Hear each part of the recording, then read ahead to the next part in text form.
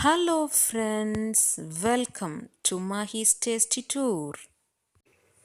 இன்னைக்கு ஈஸியாக டேஸ்டியாக எப்படி சிக்கன் பிரியாணி செய்யலான்னு தான் பார்க்க போகிறோம்.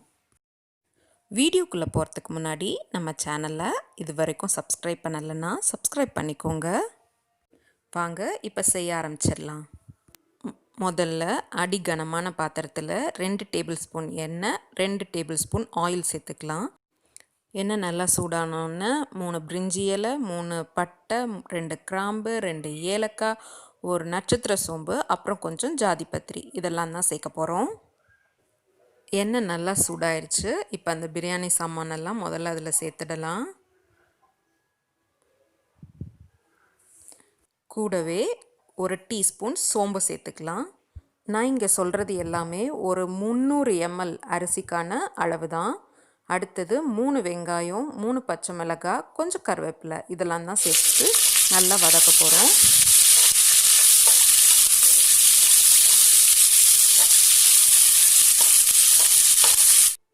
இந்த அளவு நல்லா ப்ரௌன் ஆகிற அளவு வதக்கணும், கரையை விட்டுறக்கூடாது. அடுத்தது தக்காளி சேர்த்துக்கலாம். கூடவே தக்காளி நல்லா மசிகிறதுக்காக கொஞ்சம் உப்பும் சேர்த்துக்கலாம். நல்லா சேர்த்துட்டு வெங்காயம், தக்காளி எல்லாம் நல்லா வதங்குற அளவுக்கு கொஞ்சம் வதக்கி விடலாம். தக்காளி இங்கே அரைவாசி வெந்ததுக்கப்புறம் நம்ம எடுத்து வச்சுருக்கிற புதினாவும் மல்லி இலவும் ஒரு கையளவு ரெண்டுமே போட்டால் ரொம்ப நல்லாயிருக்கும். இதுவும் அதனோட அந்த பச்சை வாசம் போகிற அளவுக்கு கொஞ்சம் வதக்கி விட்டுக்கலாம்.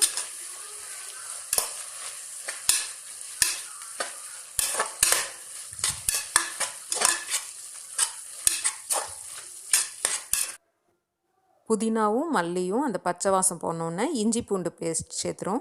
ஒரு 3 டேபிள் ஸ்பூன் இஞ்சி பூண்டு பேஸ்ட் சேர்த்துக்கலாம்.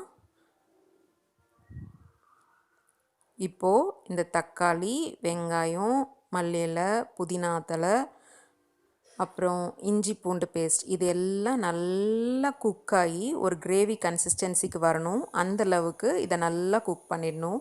இந்த ஸ்டேஜ் வரும்போது அதில் இப்போது நம்ம சிக்கன் பீசஸ் ஆட் பண்ணிடலாம்.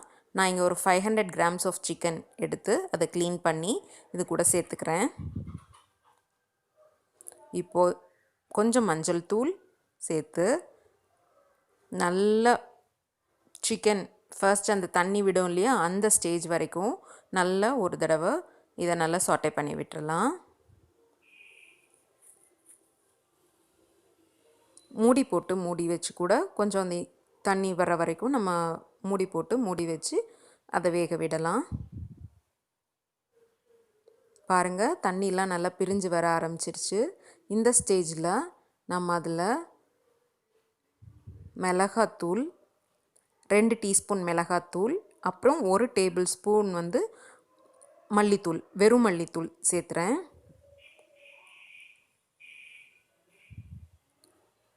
இப்போது இந்த மசாலா ஐட்டம்ஸு அப்புறம் அந்த சிக்கனு எல்லாம் நல்லா குக் ஆகிற அளவுக்கு ஒரு 10 மினிட்ஸ் குக் பண்ணிக்கலாம்.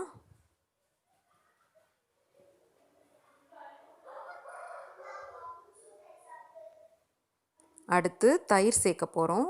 1 கப் தயிர் நான் இங்கே எடுத்துக்கிறேன். ஸோ இந்த தயிரையும் நம்ம தண்ணி அளவு கூட சேர்த்திடணும். அப்படி சேர்த்தாமல் விட்டோன்னா இந்த நல்ல தண்ணியாக ஒரு மாதிரி குலைவாயிடும் பிரியாணி.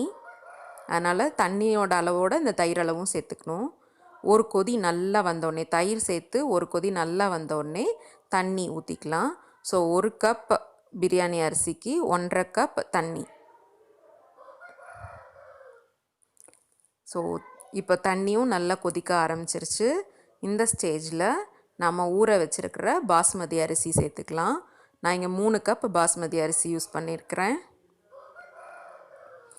இப்போது இது நல்லா இந்த அளவுக்கு வெந்து ஒரு மாதிரி அந்த தண்ணியும் சாதமும் நல்லா கோர்த்து வர்ற மாதிரி ஸ்டேஜில் தம் போடணும். ஸோ நம்ம ஏற்கனவே சொல்லியிருப்போம் ஒரு வீடியோவில் எப்படி நான் போடுவேன் அப்படின்ட்டு. ஸோ இது குக்கர் தான் அப்படிங்கிறனால குக்கரை மூடி வச்சுட்டு வெயிட் போட்டு சிம்மில் ஒரு 10 மினிட்ஸ் அப்படியே வச்சிடணும். அது ப்ரெஷர்லாம் நல்லா ரிலீஸ் ஆனதுக்கப்புறம் இப்போ அடுத்து நம்ம அதை ஓப்பன் பண்ணி பார்க்கலாம் எந்த அளவுக்கு பிரியாணி நல்லா உதிரியாக வந்திருக்கு அப்படின்னு. வாவ், சூப்பராக இருக்குது பார்க்கவே. சிக்கன் எல்லாம் நல்லா உள்ளே இருக்குன்னு நினைக்கிறேன். இப்போ நான் அதை எடுத்து காமிக்கிறேன், எப்படி இருக்குன்னு பாருங்கள்.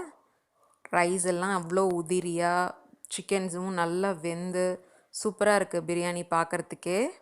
டேஸ்ட்டும் ரொம்ப சூப்பராக இருக்கும். நீங்களும் செஞ்சு பார்த்து உங்களோட கமெண்ட்ஸை சொல்லுங்கள்.